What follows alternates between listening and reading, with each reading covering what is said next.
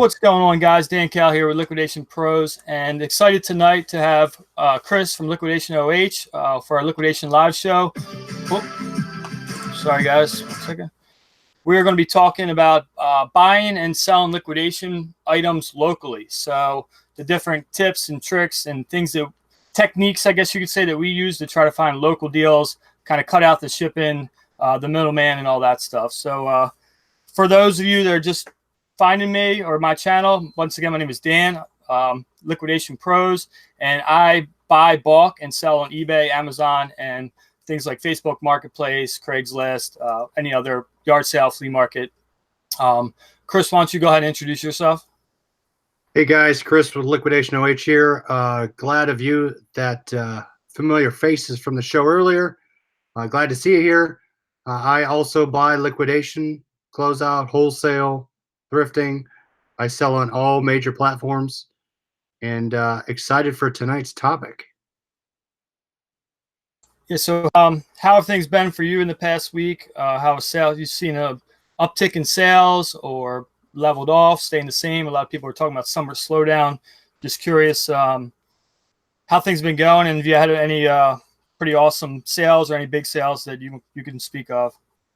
Yeah, I mean, it's usually Mondays and Tuesdays are kind of my slower days during the week. But this week has been kind of better than normal. Usually I'm averaging probably about 10 a day. Probably 70 to 75% on eBay, 10 or so percent on Amazon, 10% on Poshmark. So it's been steady for me. I've been selling my shoe pallet. My return shoe pallet has been finally moving. And a lot of my FBA hats have been going. So, and then usually eBay has been nice to me this week. But what about you? Yeah, good to hear the shoes are starting to sell. You had me worried last week. You were kind of getting a little skeptical, I felt like, but I thought you would do fine on those. Yeah, things have been really great. A couple weeks ago, I was talking about how I was kind of disappointed in eBay, and I had more listed and sales were down, but we've just been steady listing the past 2 weeks or so, and putting a lot of higher dollar stuff and a lot of inventory up, and it's definitely been paying off. I think I'm on track to do about 10,000 in the last 30 days after this weekend, so that's good. It's like 30% up from last year this time, whereas last month I was like 20% down, which I talked about in the other shows. So, and then Amazon have just been on fire right now. A lot of the summer stuff that I sent in is selling really well. Those sports bottles, I sell like 5 to 10 of those every day, so that's been good. And for like, I had a note here, like sale of the week, the paintball stuff. That was one of my big sales. I had one person buy 3 paintball guns, and they were only in New York, and I'm in Maryland, so it was like it was like $8 to ship the 3 of them, and I made $75 on that one order. That would have been about a $90 buy cost. So that's You've been sourcing some. It seems like from last year, from when we started talking, you've been sourcing some nice product, better product than you have been. Yeah, and that's just kind of getting my name out there. And you know, this paintball thing happened to be from a friend of mine, and him recommended me to what happened to be the president of one of the biggest paintball corporations in the world. So that's been going good because I've been buying some of their liquidation products. So, but let's jump into the topic. Let's talk a little bit about local buying. Why don't you touch on Facebook Marketplace and what kind of techniques and tips you use there? And I have a few notes as well that I can jump in on. So if you don't use Facebook Marketplace, you definitely should start at least listing things, and not only listing, but looking for things as well. A lot of times recently, and on my phone, I get a lot of updates on, hey, this has been listed, or something you've searched has been, multiples have been listed. So I start getting those alerts, and I start looking out there, and you basically, the stuff I look for, I mean, you think about beer tap handles, anything beer related, like the bar mats. There's certain things you look for in quantity. You start to see in the pictures what they look for or what they post. And when I see those, I immediately ask how much for all of them. So I have alerts set up, and I have different themes set up that I go and I look for those things, and I immediately offer to buy all of them. So that's kind of how I use Marketplace to source product. Yeah, and that's a good tip you gave about the actually using alerts. I used to do that on eBay. I have different keyword searches for bulk. I don't as much, but that is still eBay is still a good place you can look, and you can search through eBay based on your location. But going back to Facebook, the groups, the liquidation groups. If you search, there's a bunch of liquidation groups you can try in. Now, remember, these are smaller companies such as myself that have probably gone through and made smaller lots. It's not a bad thing. It's just you're not going to have probably like those big profitable brand new iPad or something like that. That's already been passed through somebody's hands. So it's not likely you're going to get a product like that. And then also for Facebook, I like to try to find new or other local businesses that I may be able to find through the Facebook search, but not necessarily easily find them through Google or Craigslist or anything like that. So I found actually 2 other liquidation companies in the Baltimore area that I had no idea existed, but I found them through Facebook. So, And you'll start to know when you're looking at pictures on Facebook who the liquidators are versus who the people are selling the onesie twosies from their house. When you see multiples, you see where the address is located. Start looking up where they say they're located. Look them up on Google. You'll be able to tell if they're a liquidator. Send them a message. Don't be afraid to ask. Hey, do you have more product? Do you have more of this that I'm looking for? The other way I use Marketplace on Facebook is when you're starting to buy liquidation from either any source, think about local stuff that's like, for example, I bought a whole lot of Columbus Crew just because they had all these other soccer teams, but I knew that if I bought Columbus Crew, I'd be able to sell that stuff locally. So that's where Marketplace plays into your favor because you could sell that stuff that people are looking for and you did all the work of sourcing it. yep. And guys, we're going to talk about actually buying on Facebook a little bit later, but right now, selling on Facebook. But for now, we're just going to cover a lot of the different places to buy from. And for all of these different things, some of the keywords you want to use is like liquidation, wholesale, huge lot, big lot, going out of business, things like that. Start having, like Chris said, different keywords that are saved searches so that you get notified if that pops up and you can be pretty quick to act. A lot of times, if it's a good deal, you need to be within a couple hours or at minimum the same day, or someone else is going to scoop that up. So next I had is Craigslist. Do you use Craigslist any longer? I know it's kind of dying off now that the marketplace on Facebook is taking off.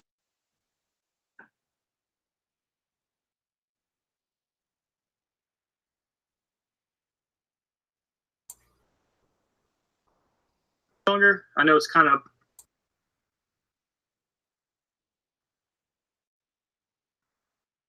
Not wondering if is Dan frozen or I'm frozen.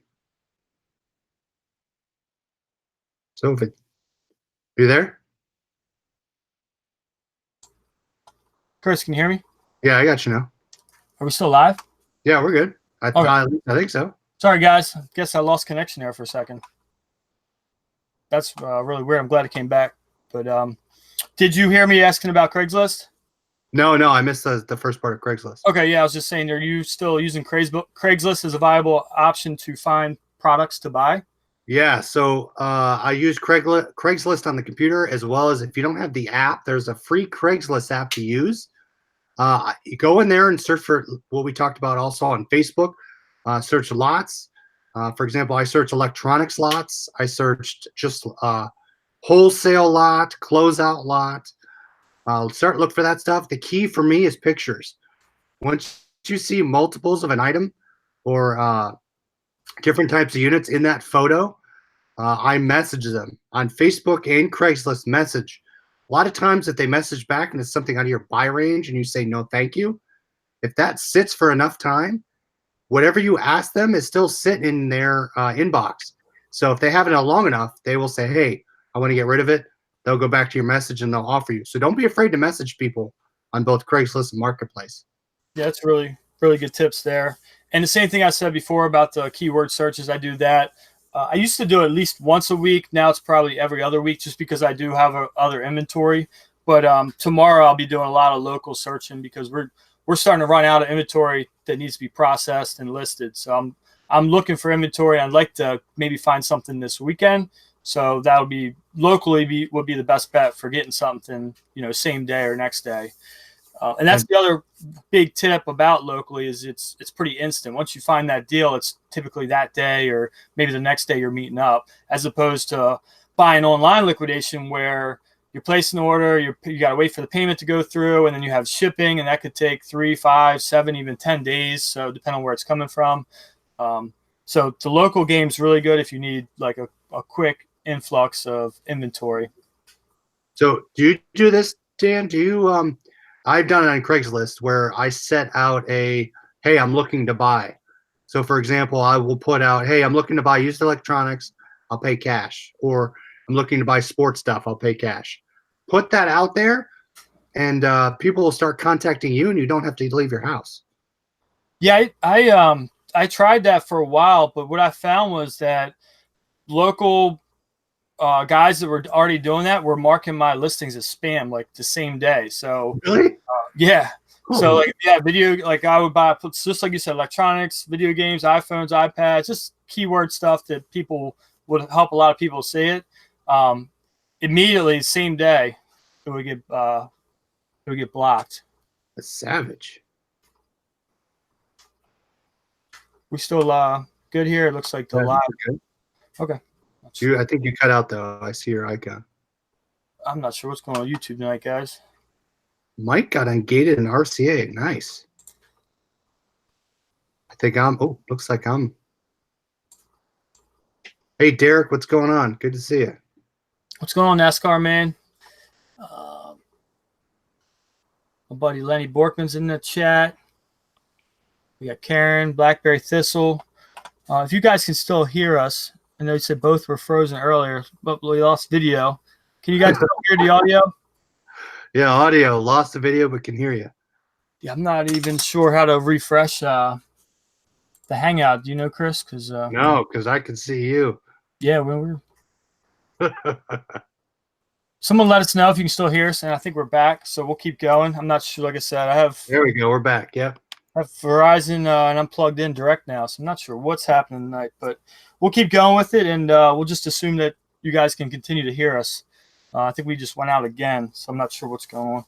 But the next thing I had after Craigslist was garage sales and flea markets. One tip that I like to do is obviously you're going to go and find single items. Everyone's going to be doing that, and even a couple random items at one place. But what I like to do if there's a lot of something in my category, but it's not quite priced right, it doesn't seem like they're ready to negotiate, is I'd like to give them my contact information and say, hey, look, what time are you ending? They say, 12, 1 o'clock. Well, why don't you give me a buzz if you have a lot of stuff left? I may be interested in doing like a bulk buyout of all these electronics or whatever's left in the video games. And a lot of times if these people are overpriced, a lot of that stuff's still there because they had its price so high. And at the end of the day, they're happy just to not take it back in the house or the storage or what have you.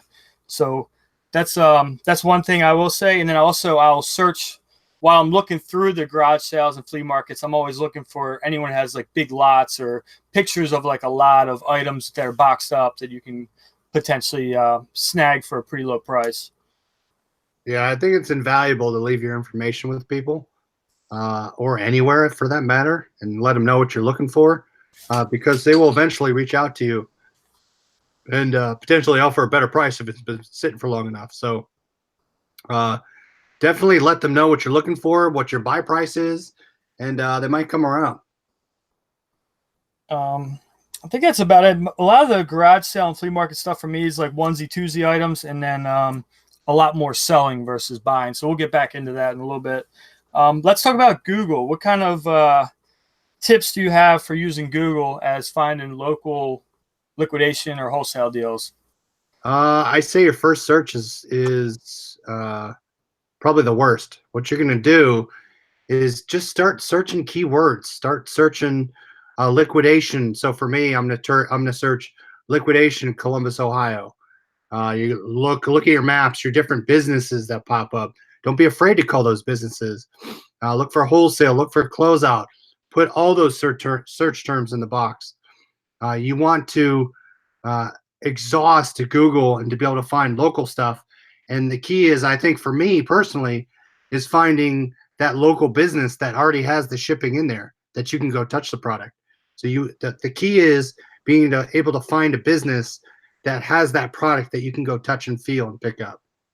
And to touch on what Chris said, those same exact tactics, make sure you use that in Google Maps. So search in your area, start with your zip code, put that in, look on the map, and then start going in and clicking on the different pinpoints that they're giving you as points of interest and seeing what they are. Maybe you'll find new businesses that you can reach out to right there through email or call. So I have found 2 new local sources through that. I haven't visited either one because the one's about 40 minutes away, and the other one honestly didn't look too great as far as the products they were offering. But that is one good tip, is searching Google Maps. The other thing you can do, and this is more of like a very niche tip, is under Google, go to news and then search your local town or county or state and put in like going out of business and see if you can find any stores that you may not know that are going out. Normally big chains, like if your local Toys R Us is going out, which everyone knows that happened last year, you're going to probably know that and know which stores. But there's like a small sporting goods store that you've never been to before. How do you know they're going out of business? Well, normally it's a small news company picks up an article, writes about it, things like that. So you want to look at least once every 2 weeks and try to see if you can find any of those going out of business sales, because a lot of times you can find good products for liquidation that way. And I think a big thing too for going out of business sales, that sort of closeout deals, you'll be able to find a lot of the bigger fixtures and a lot of those items that you can't source online.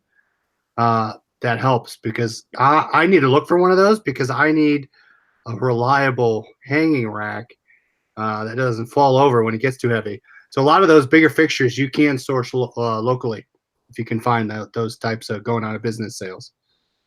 Yeah, and I'll still try to talk you into buying shelves and bagging those shirts and putting them in boxes. But you can store a lot more than you can on the racks. But Marrakesh asked, do you have access to the big flea markets in your area? Yeah, so I have a rather large one. I didn't do it last year. I did it once last year and did well. But we have one. I think it has about 50 to 60 booths. And then up front is like the entire bingo hall is tables that you can rent. It's probably 50 or 60 tables as well. And for us, it's $20 a table. And then the booth is around like $80 for the weekend. So, but Yep.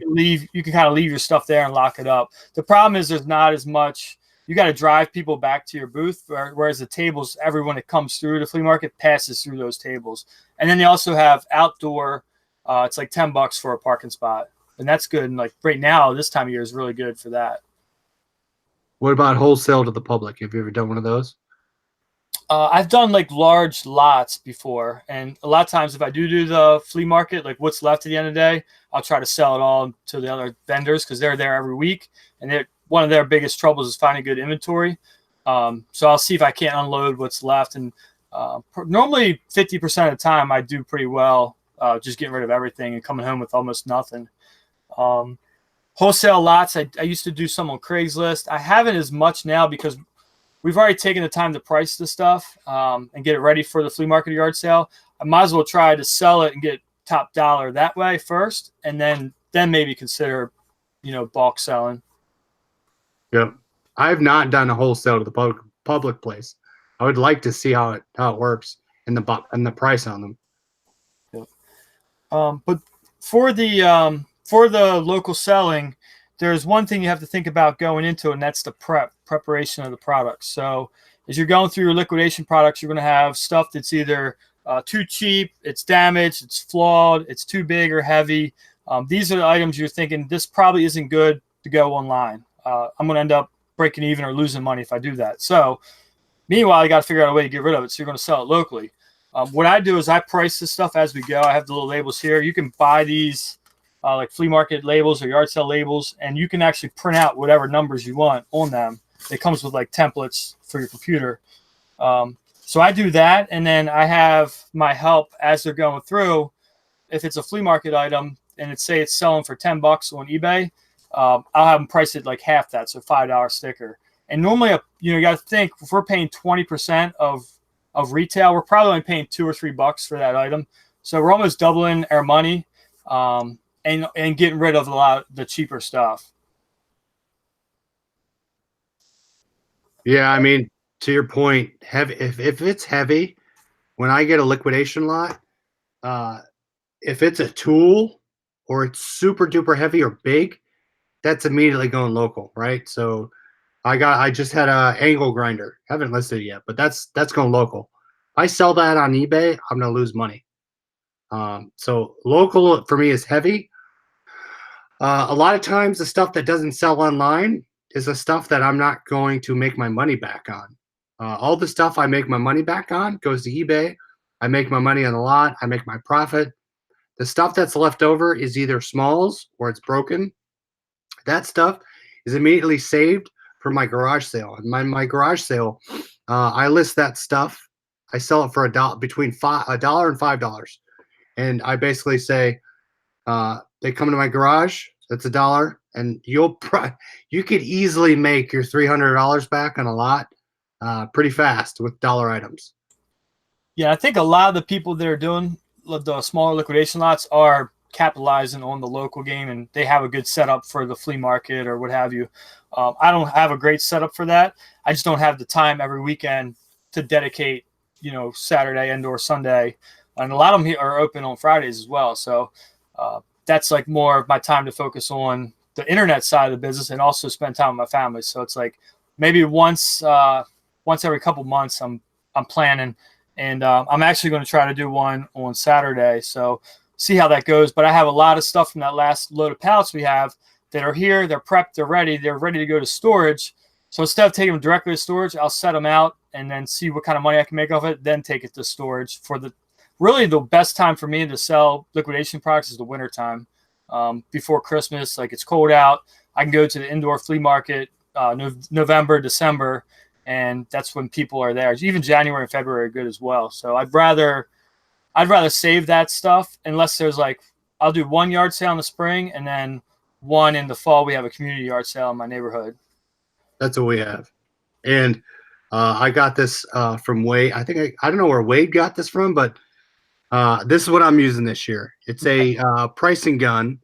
I'll let you know how it works. It was only $13 for 8,000 stickers. I used to do the bubble stickers there. I'm gonna see how that works. And I'll probably I saw Wade post about it. I think Lindy Glenn was also promoting that. It's super cheap for the price. I'm curious how well the quality is. And, yeah. I think these were when you bought them, you got 1,000 of them for $10. So I still have probably 5 or 6 sheets. I figured I'd use them up. I do like how much they are vibrant and stick out as far as bright colors. So I don't know if you can get those bright orange clearance stickers for that thing that you have. But no, that's great. So that kind of covers the prep and what to expect. The other thing you're got to think about is damaged items.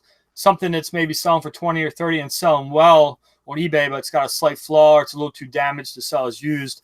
Something like that, you may still be able to get $5 or $10 at a flea market yard sale to someone who doesn't care. But make sure you disclose that. We use the little the Amazon little labels, and I'll just peel one off and write on there crack or put an arrow or slight damage to the handle, whatever it is.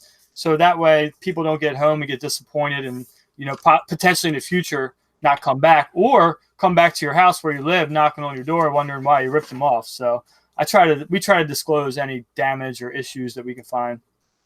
And that's the last thing I want to do is sell someone something that's crap. So I always try to either like you said, mark it on the box that something's defective with it.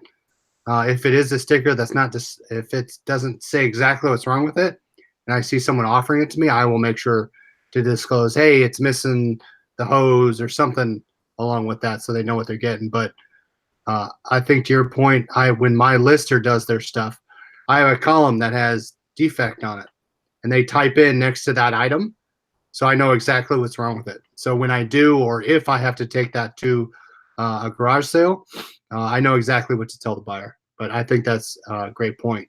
Definitely disclose. And then don't be afraid, like I said earlier, to sell in bulk. If you have the whole point of doing this is trying to get rid of your. You're basically in most cases on liquidation. If you're buying right, you're making profit already off of what you're able to sell online. I base my business off of like what is the cherry picked items I can sell online. I pay for the whole lot and I'm profitable. So now that's more about getting rid of stuff, getting some of your money back, but moving on to the next lot. So don't be afraid to wheel and deal. Like a lot of times people will come up with $40 or $50 worth of price stuff. And I might say, how about 40 or how about 30? I'm going to mark it down to try to get them to even if, consider buying more stuff. Or at the end of the day, they want to buy a whole box of stuff for $20. Fine, take it. It's obviously you don't want it to be full of something very valuable, but if you, most of the time, like you said earlier, it's $1, $5. I normally don't have anything worth more than 10 bucks out there. If it's like a $20 item, I probably already have it posted on Facebook Marketplace or some other way. I normally won't take the time to meet up with somebody or have someone come do a porch pickup unless it's over $20, in my opinion. Right. I'm not sure where you stand on that. The thing you got to think about too, to your first point, is the mentality of your pricing. Just like your best offer on eBay, your pricing locally is going to play the same way.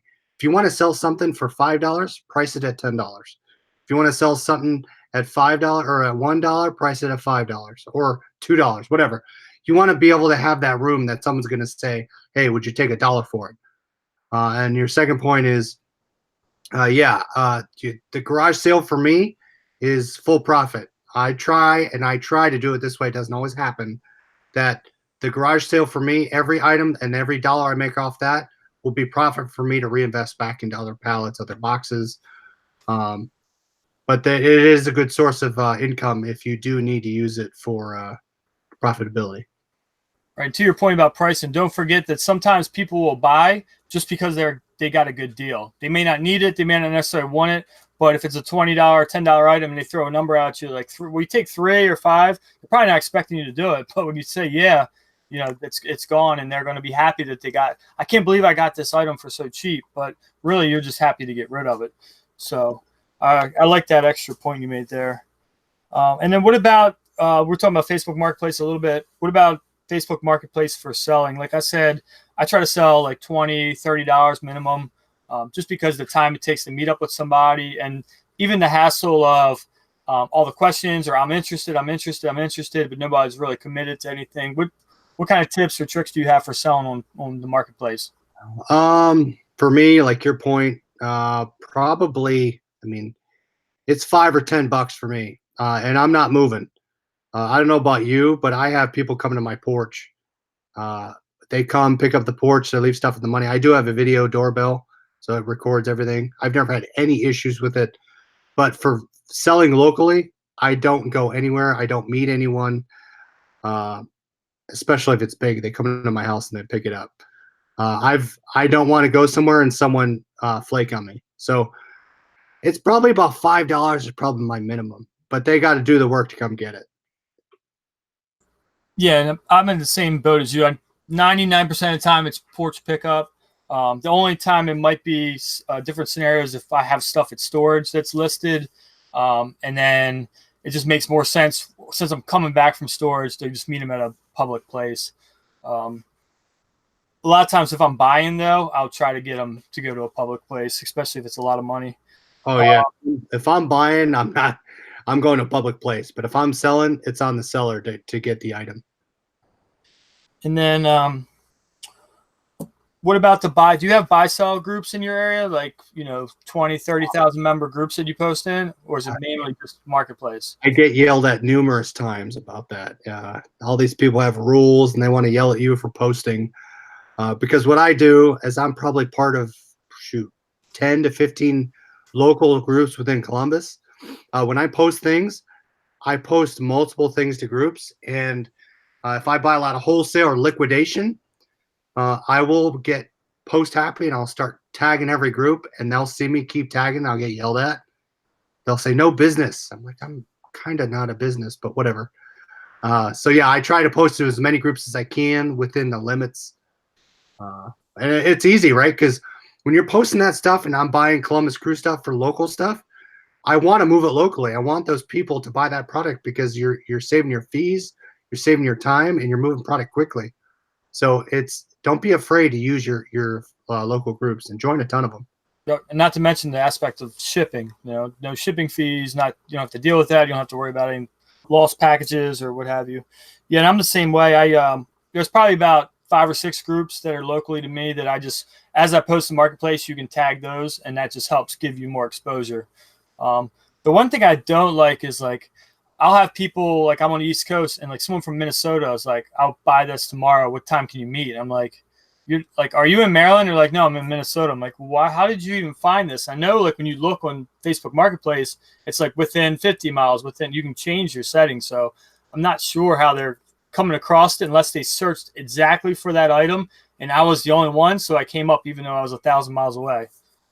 I've gotten that on Facebook, and I've gotten that in OfferUp where someone was in Texas. I'm like, how did you find my item? And they're like, where are you located? I'm like, I'm in Ohio.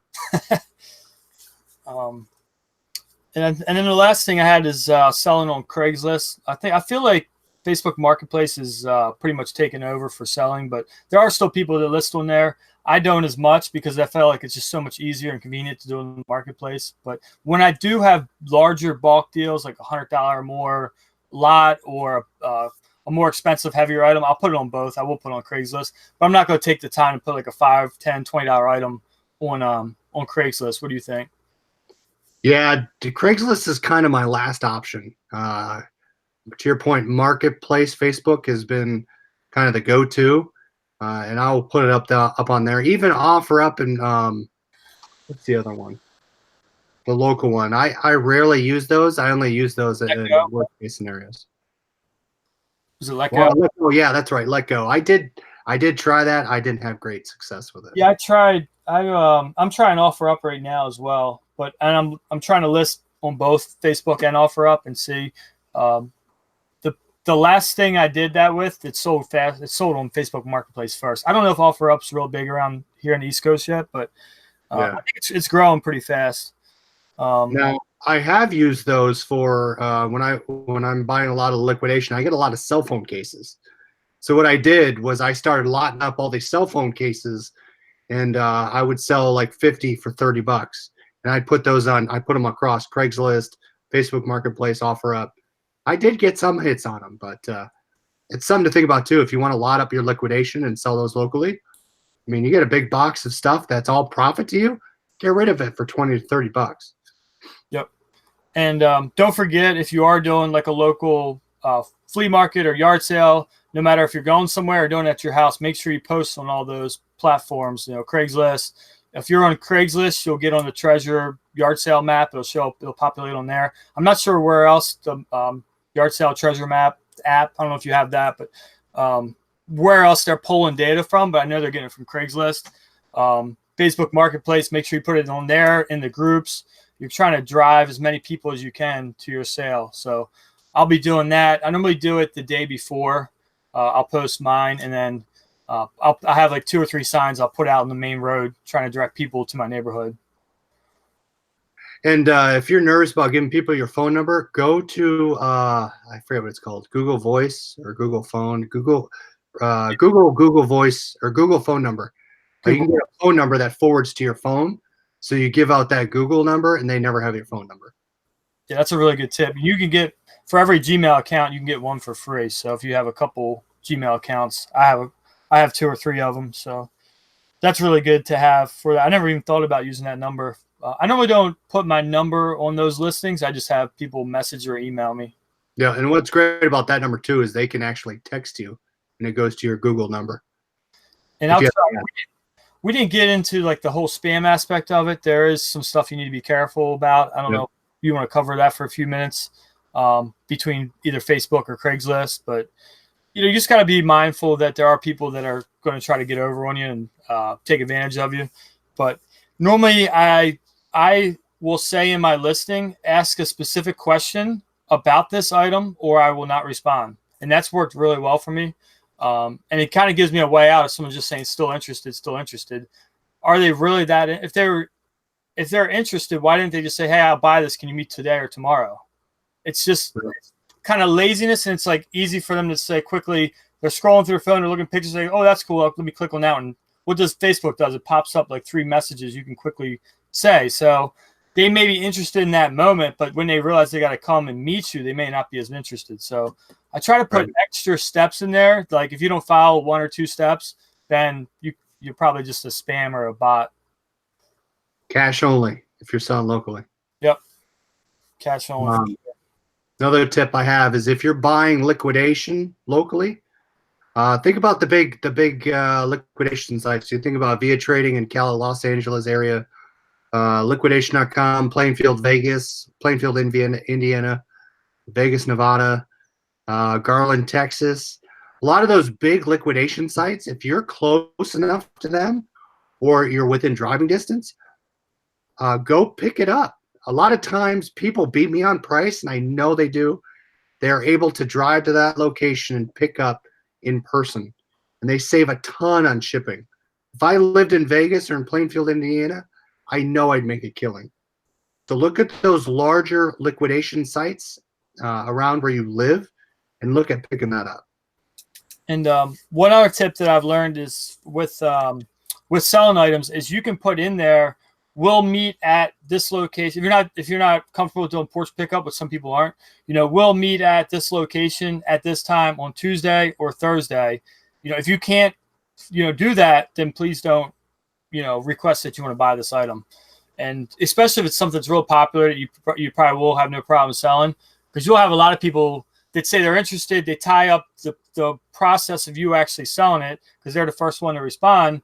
But then when it comes down to it, they're like, "Oh, well, can you deliver it to me? Or can I pay you next week?" You get all this different after the fact stuff. So it's really good to have detailed information about what you expect from them. Like, I meet here at this time and it'll be, Tuesday or whatever day, like I said earlier.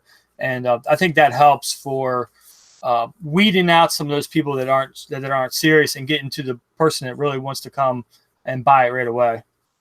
Or put first come, first serve. A lot of times too, I say cross-posted. What's that? Cross-posted as well.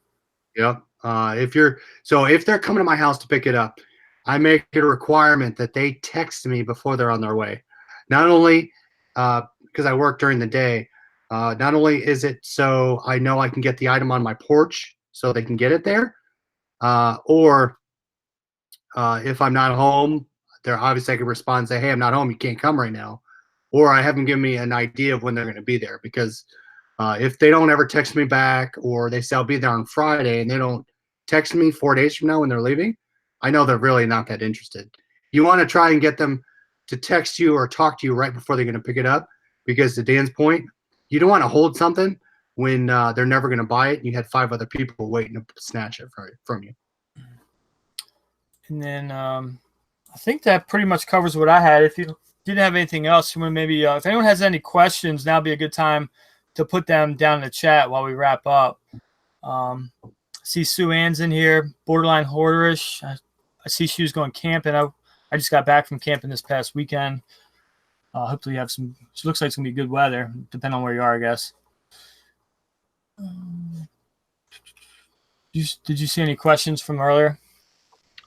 No, America said text 15 minutes before they come. That's good.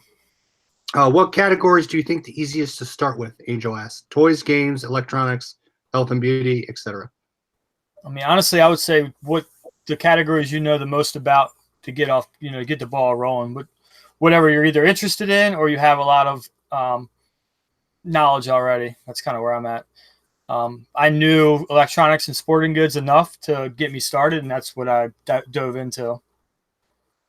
Yeah, to your point, I say passion. Whatever your passion is, I have a deep passion, and I say deep, with electronics and video games. That's what I know the most about, and that's what I started with.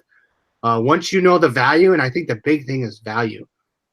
It's what other people are going to pay for your item. It's not what you think of it. So think of it that way, right? What you know the most about, I would start with that. And then also, I probably wouldn't start with items that are, if you're buying tools that are real heavy and bulky, it's probably not a good place to get started. If you're into health and beauty, that's probably a little bit better because it's smaller items. You're going to be able to ship them a lot easier to get going. it kind of gets your feet wet. So consider the size of the items that you're buying as well. And you can kind of get a gauge based on the lot size and unit size. So if it's one pallet and it's a 1,200 units, it's probably a lot of smaller items. But if it's one pallet and 70 units, that's a lot of big stuff. So keep that in mind when you're looking as you're getting started. You're going to have less space probably. So that's just one more tip. And think about the type of item you're buying and the different nuances with it. So, for example, food, health and beauty, makeup, you're going to deal with expirations on that. You're going to deal with open items on that one. If you start thinking about video games, swap outs, scratches, open items, clothing, are there tags on it? Are there marks through the tags? Are there no tags? So those different things you want to think about when you're buying those wholesale lots or larger liquidation lots, what you're getting. Those are the different types of questions you want to ask to make sure you know exactly what you're getting.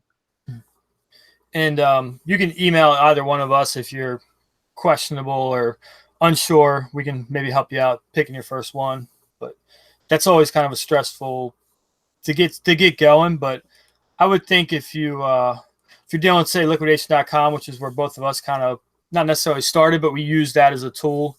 Not as much now that we have so many other sources, but it's a really good one to get started and learn about liquidation. In most cases, if you're buying from the Amazon, you're sourced by Amazon, you should be okay.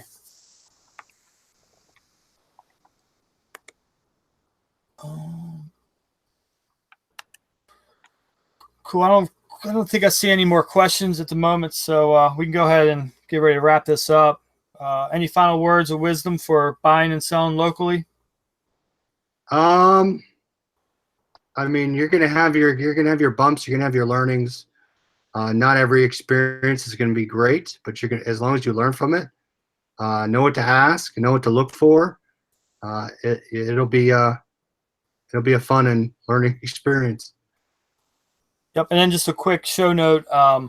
Chris and I are talking about, we started another YouTube channel. We haven't put everything there yet, but those that are watching this, maybe this is the first show you've seen. This is actually our 10th show, and there's been tons of information. There's little nuggets here and there that I get a lot of questions from people that I'm like, well, if you had just watched that show, you would have known where I got these 3 pallets from. So the information a lot of times is already been given, but you may have to go back and find it. But anyhow, we've come up with the idea of maybe putting all the shows on one separate channel.